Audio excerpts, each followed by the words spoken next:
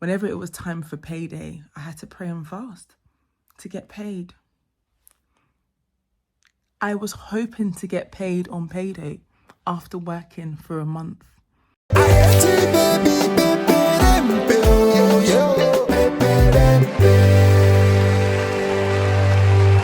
guys, welcome back to my channel.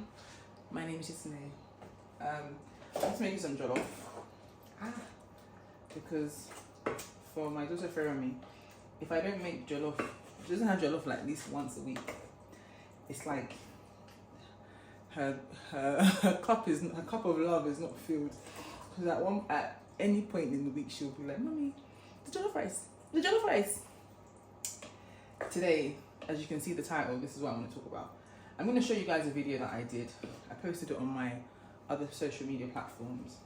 But before I show you the video, I wanted to kind of make a disclaimer because some people got me wrong, right? And generally, I'm not here to correct people's perceptions, or, you know, if they don't want to like watch to understand. I've just kind of learned that there's nothing I can do about it. But in this particular video, because I know it's quite sensitive to some, so it could touch a nerve, the reason why I made this video was so that we can have this important conversation, because I know these practices are still happening in Nigeria. This is why I spoke on it, because it frustrates me having experienced it before and hearing about it still happening. It makes me angry, and I feel like people that have had a problem with this particular video, it's like their conscience is pricking them, because generally, if I'm speaking out about bad things that shouldn't be happening to our people and to people in general, why would you be mad about that? Why would it vex you? I got comments that, oh, I'm just trying to make Nigeria look bad, this one, that one, I'm lying. Oh, anyway, that was, you know, obviously those people don't know me. I don't got time to lie. I'm not here on the internet to make up dramatic stories to make myself look good or make my country look bad. It's not for me. But I felt like, because I have not had this conversation, I don't think I've had this conversation on YouTube and with you, my YouTube people, I thought it was important for us to have it. And I would love to hear what your experiences are. And I want anyone that is in this situation to please and please and please know that you are deserving of so much more, regardless of what the systems tell you, regardless of what everyone will be like, oh, things are hard, it happens to everybody.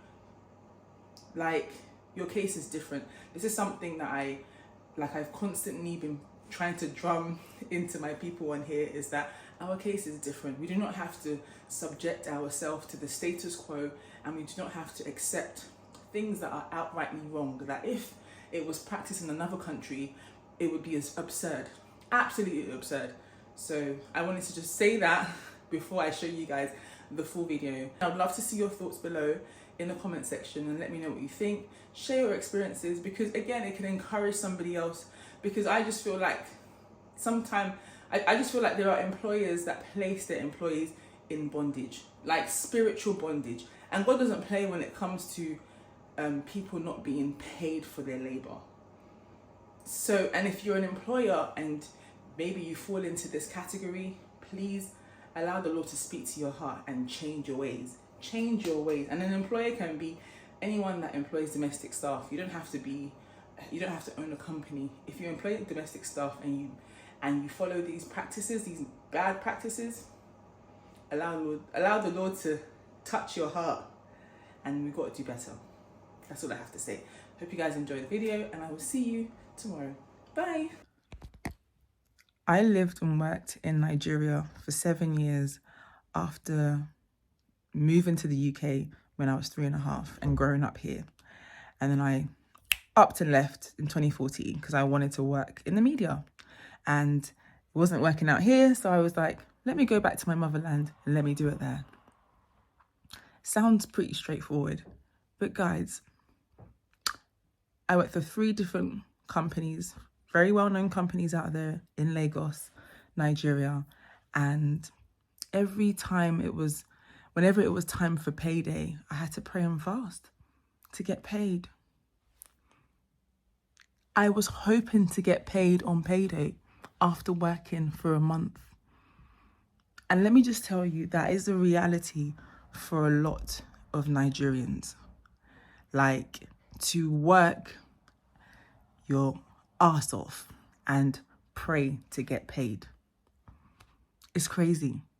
And what was even more flabbergasting for me was that, like, in one of the jobs that I worked in, the first one, the audacity of the boss that I had was that he had the nerve to be buying new phones and coming to flaunt it in our faces. And what made things even worse was that my colleagues would be like, some of them would be like, oh my gosh, wow, this phone is so cool. And I used to look at them after we slagged him off. We've just slagged him off, by the way. We just slagged him off like 2 minutes before he walked into the room. We just slagged him off.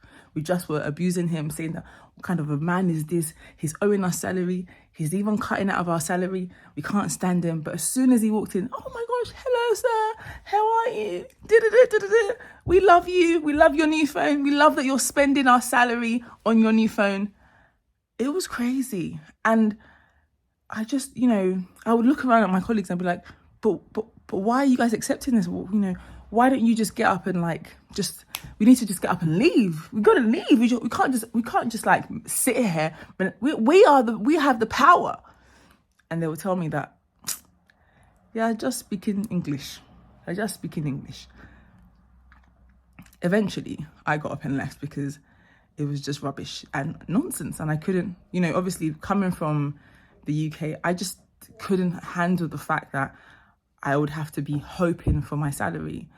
But man, that's the reality for a lot of Nigerians, and unfortunately it still is. And the fact that a lot of the management, even in the other jobs that I had, right?